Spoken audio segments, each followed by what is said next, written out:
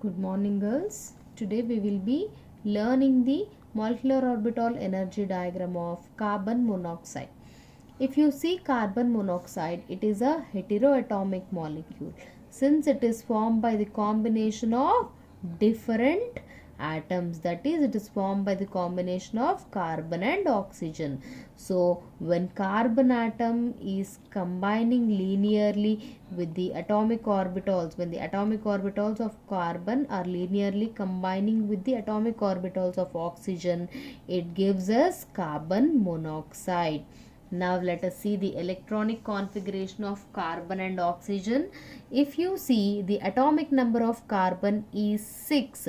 So the number of electrons in carbon are 6.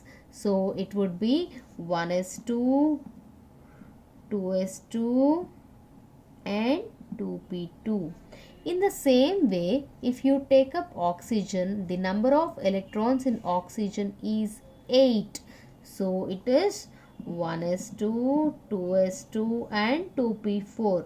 So 6 electrons from carbon and 8 electrons from oxygen. So the total number of electrons in carbon monoxide is 14. So since it is having 14 electrons, carbon monoxide is isoelectronic with nitrogen molecule. If you see, nitrogen molecule also, it is formed by the combination of two nitrogen atoms. So 7 plus 7. So 14 electrons are there in the nitrogen molecule also. In the same way, carbon monoxide is also having 14 electrons, but the distribution of electrons is also same, but the arrangement of our molecular orbitals is little different. So how is it differing? Let us see. So bonding molecular orbitals which are having lower energy, they are nearer to the more electronegative oxygen, whereas anti-bonding molecular orbitals, they are nearer to the atomic orbitals of oxygen. Hence what happens over here, atomic orbitals of oxygen, they are placed at little lower energy level than those of carbon. Here if you look at the molecular orbital configuration, the 14 electrons, they are filled in the molecular orbitals in the increasing order of their energy following the Pauli's exclusion principle of Bohr's rule and Hund's rule of multiplicity.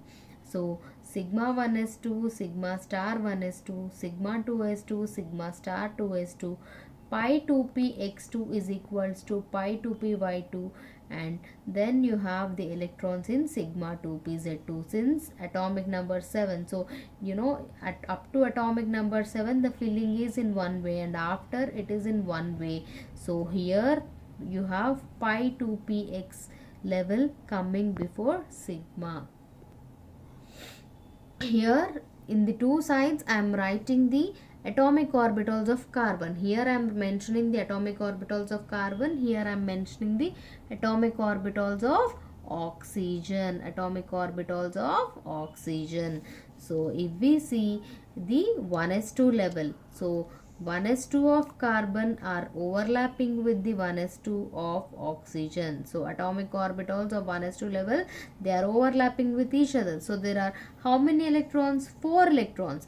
The 4 electrons, they are distributed in sigma 1s2 and sigma star 1s2. Sigma 1s2 is a bonding molecular orbital and it is in lower level, whereas sigma star 1s2 is an anti-bonding molecular orbital, so it is in a higher level. Now coming to the 2s2 level, 2s2 of carbon is overlapping or combining with the 2s2 of oxygen. So these 4 electrons here, they are distributed in these two levels, sigma 2s2, which is a bonding molecular orbital and it is in the lower energy level. Then you have sigma star 2s2, which is a anti-bonding molecular orbital. Now we have electrons in this 2p2 electrons of carbon and 2p4 electrons of oxygen. So there are totally you have 6 electrons and these 6 electrons, they are distributed in this 2p level. So pi 2p x2, pi 2p y2, and then they are entering the sigma 2pz level. So 6 electrons are distributed over here in this bonding molecular orbitals. We shall calculate the bond order for this molecule carbon monoxide. So let us count the electrons in bonding molecular orbitals: 1 2 3 4 5 6 7 8 9 10. So number of electrons in bonding is 10. And how about anti-bonding? 1 2 3 4. That's it. You have 4 electrons. So bond order is 10 minus 4 by 2, that is 6 by 2, which is equals to 3. Because of this high bond order, it is very stable. It possesses 1 sigma and 2 pi bonds. Since all the electrons are paired up, it is a diamagnetic substance.